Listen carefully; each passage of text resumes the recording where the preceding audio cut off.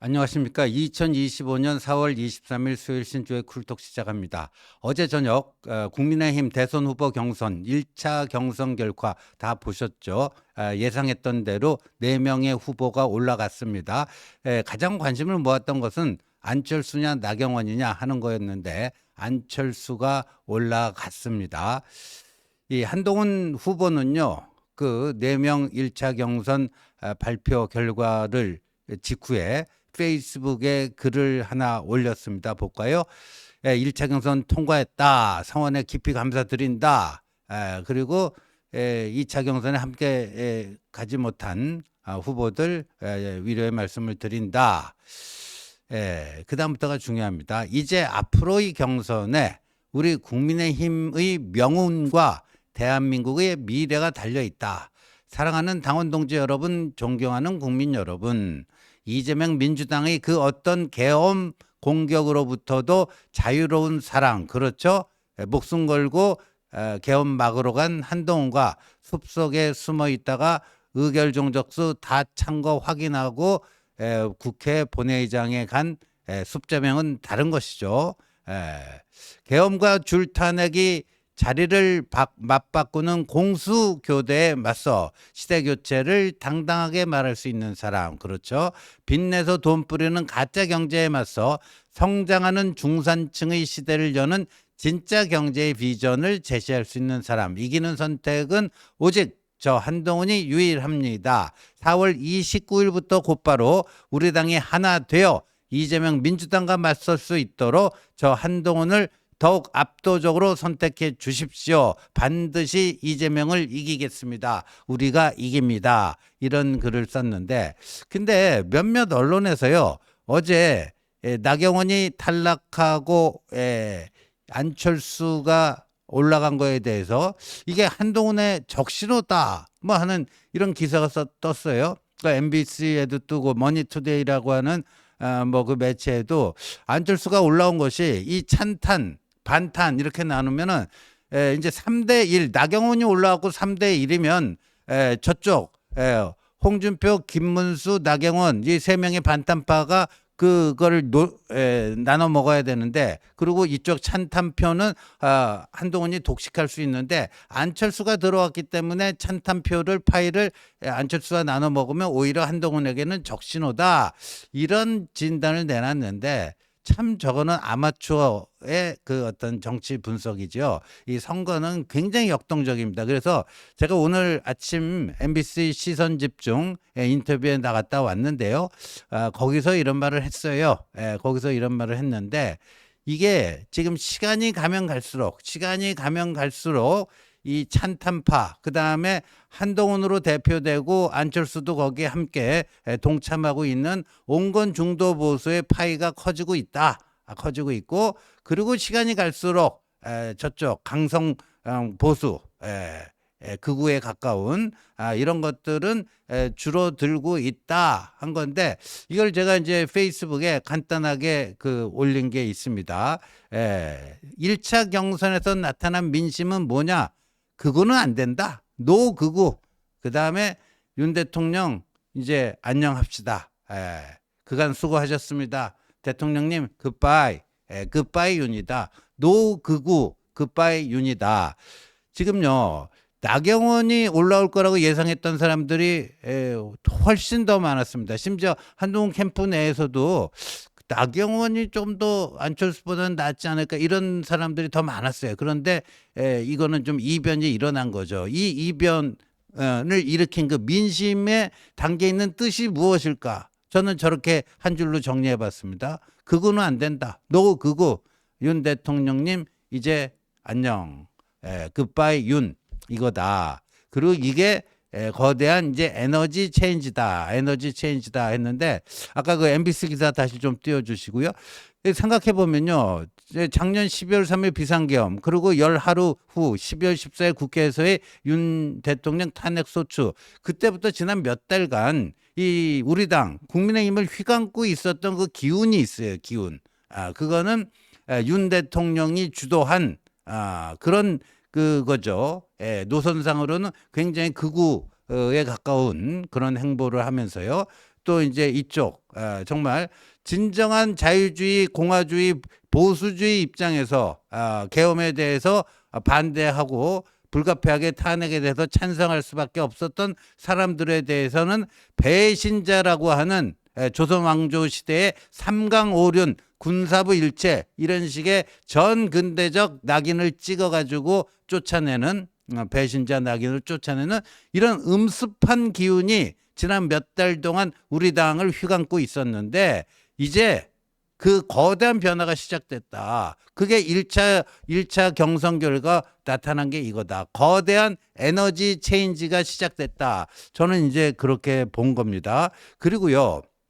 안철수가 진출한 것이 한동훈에게 불리할 것인가? 저는 그렇게 생각 안 합니다. 왜? 이 에너지 체인지가 시작이 됐는데 계속해서 어떻게 됩니까? 아까도 말씀드린 것처럼 이 미래지향적 온건 중도 보수, 이 미래지향적 이쪽 보수의 파이는 갈수록 커지고 있습니다.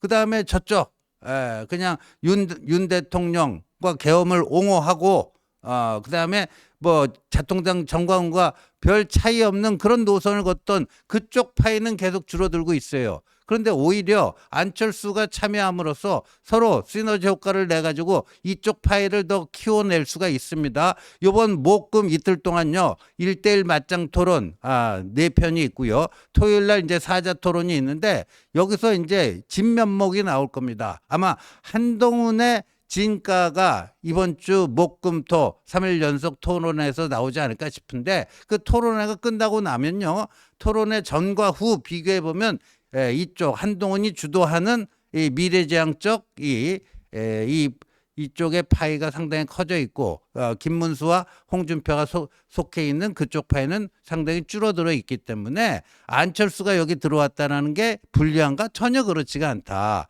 선거는요 굉장히 이게 역동적인 거니까 이런 흐름들 역동적인 흐름을 감안해서 무슨 뭐 손익계산도 비교를 해야 되는데 저렇게 단순하게 할 문제는 아닌 거죠. 그래서 이런 것들을 잘 봐야 된다. 이런 것들을 잘 봐야 되고 그리고 이제 이런 것들이 되면요. 이제 당원들의 이제 어제는 일반 국민 여론조사 역선택 방지 조항이 있는 거 그거 가지고 100% 적용했지만 이제 이번 토요일까지 토론을 하고 3일 연속 그다음에 일요일 이번 주 일요일 4월 27일과 다음 주 월요일 4월 28일 요때 책임당원 77만 명입니다.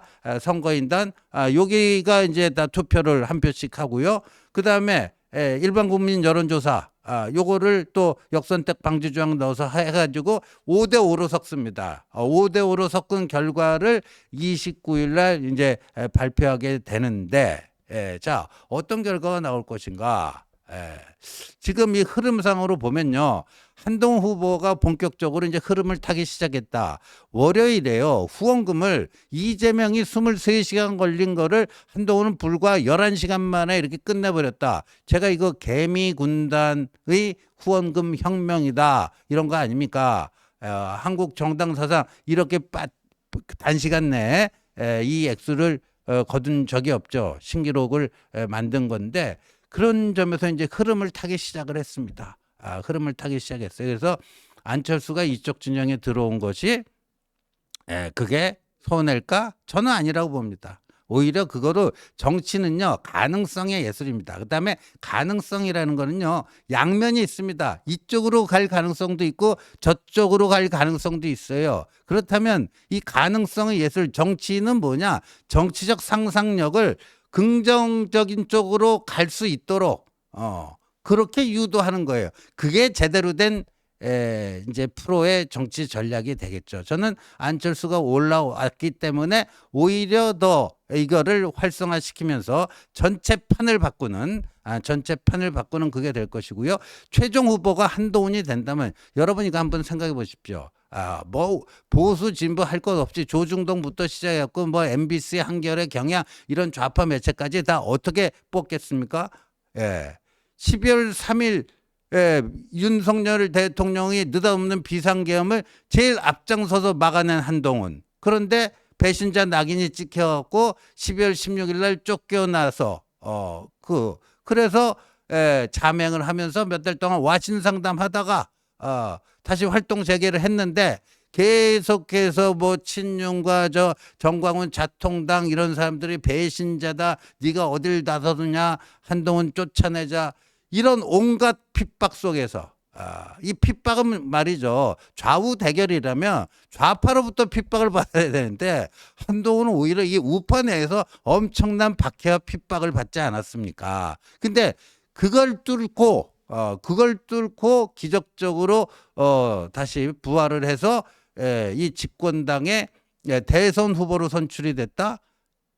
보세요. 12월, 1월, 2월, 3월, 4월, 5월 3일에 5월 이렇게 됐다면 불과 5달 동안 이 엄청난 드라마가 만들어진 흥미진진한 진짜 역동적인 드라마 아니겠습니까? 그럼 모든 언론이 야, 이게 한동훈의 기적이다. 이렇게 쓸 것이고요. 만약에 그렇게 되면요. 이건 단순한 파란을 넘어서요. 이 보수 대혁명인 거죠. 불과 5달 만에 이런 엄청난 변화가 있었다.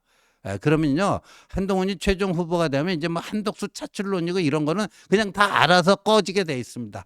꺼진다는 게 이제 어디 밖으로 꺼지라는 게 땅 밑으로 이제 가라앉게 돼 있습니다. 가라앉게 돼 있고 그다음에 이재명과 이제 완전히 초박빙의 맞짱 대결 바로 그 국면으로 들어간다. 바로 그 국면으로 들어간다 하는 것입니다.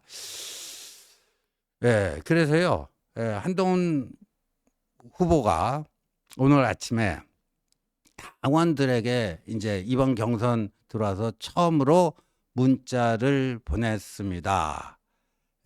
존경하는 당원 동지께 뜨거웠던 겨울 여러분의 아픔을 공감합니다. 저도 많이 부족했습니다. 제가 더 오래, 더 깊이 그 고통을 안고 가겠습니다. 저희 소원은 자랑스럽고 잘 사는 나라를 만드는 것입니다. 여러분의 소중한 일상인 아주 보통의 하루를 꼭 지켜드리겠습니다. 그러려면 우리가 이겨야 합니다. 당원 동지 한 분 한 분의 이름으로 승리하고 싶습니다.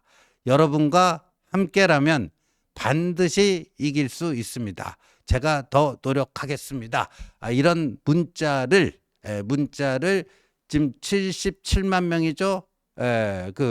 요번에 선거인단 투표하는 당원들에게 다 발송을 했어요. 저도 당원이니까 그 문자 받았죠. 그리고 저기다가 영상을 한번 첨부를 했는데 우리 쿨톡에서는 영상 튼 적이 없으니까 한번 보고 오시죠. 새로운 미래를 결정할 선택의 순간입니다. 국민, 중산층, 실용. 오직 그 마음 하나로 정치교체, 세대교체, 시대교체를 이루겠습니다. 소중하고 평화로운 일상, 아주 보통의 하루를 지켜드리겠습니다. 절망하지 마십시오. 포기하지 마십시오. 우리가 이깁니다.